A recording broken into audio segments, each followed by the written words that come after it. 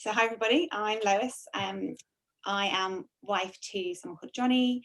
He sometimes plays the drums at the front, you might see him, and I have a little girl called B. She's a year and a half. My parents are Kim and Grace Styles, so you might know them, they've been in the church a long time. How long I've been in the church? So I grew up in Holy Rood from about age 7 maybe until I was around 16, and then I changed to another church in Fareham. Just felt like I needed to make my own way, which is where I met my husband, and spent some time there, and then have come back to Holy Rood in the last 2 years maybe. My job is a little bit of a complicated job. I'm an ACP, which stands for an Advanced Clinical Practitioner. So I am a nurse by background, but the job that I do day to day looks like the job of a doctor. So I assess, diagnose, treat, discharge patients in the emergency corridor. So that's in the acute medical unit and the emergency department in Queen Alexandra Hospital. Have I answered all the questions?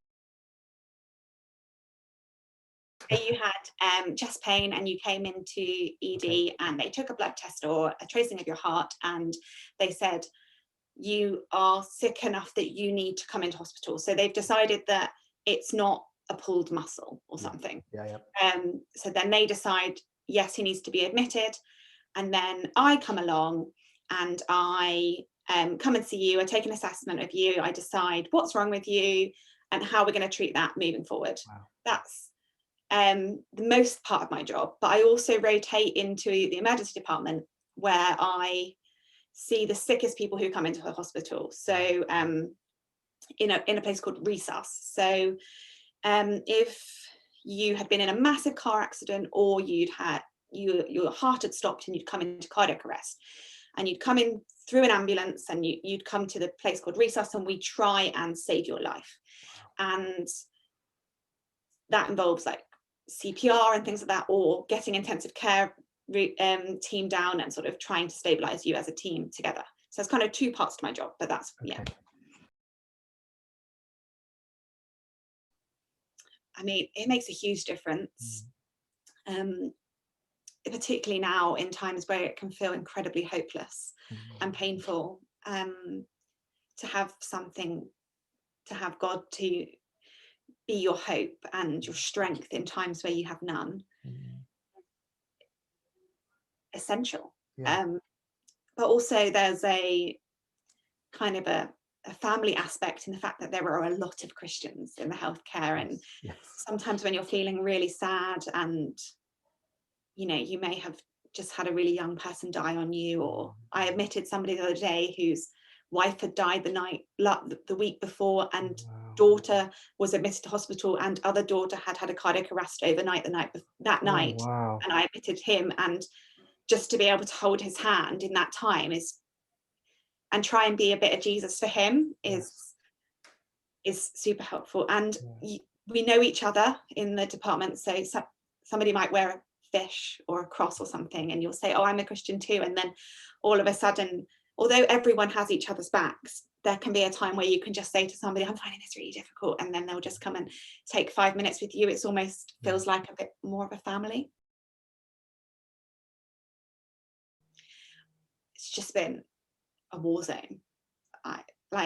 Particularly since December, it's just been incessant. Like, there's so much sadness in the hospital. There is so many patients coming in. The level of PPE. So if I go to when I've been in resus, which has been since December, we wear these like kind of like Ghostbuster suits things, and they're really hot, and we're helping ventilate patients and trying to get access like lines in people and save their lives, and then you finally get them stable and they go up to intensive care, or they die, and then you take a minute, and you might have been in there for like 2 hours or 3 hours, and then you take a minute and you down a bottle of water and you think, I can catch my breath now, and then you get an alert that says 5 minutes warning, critical patient coming through the door, and then it happens again and again and again, and it's just non-stop. There's times where I thought I haven't had a wee and it's like 4 p.m, you know, like it's just it's incessant, and there's young people, and and there's old people, there's really sad old people that are dying, and there's young people that are dying, and there's so much other stuff that is attributed to the pandemic. Before I was an ACP, I was an alcohol nurse, so I have a heart for those patients and the amount of people that are coming in because their drinking's gone really high, or we've got loads of overdoses and suicide attempts, and everything's really sad, and there's just so much of it.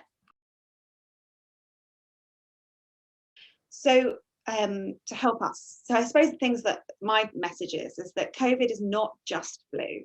It's so much nastier than flu.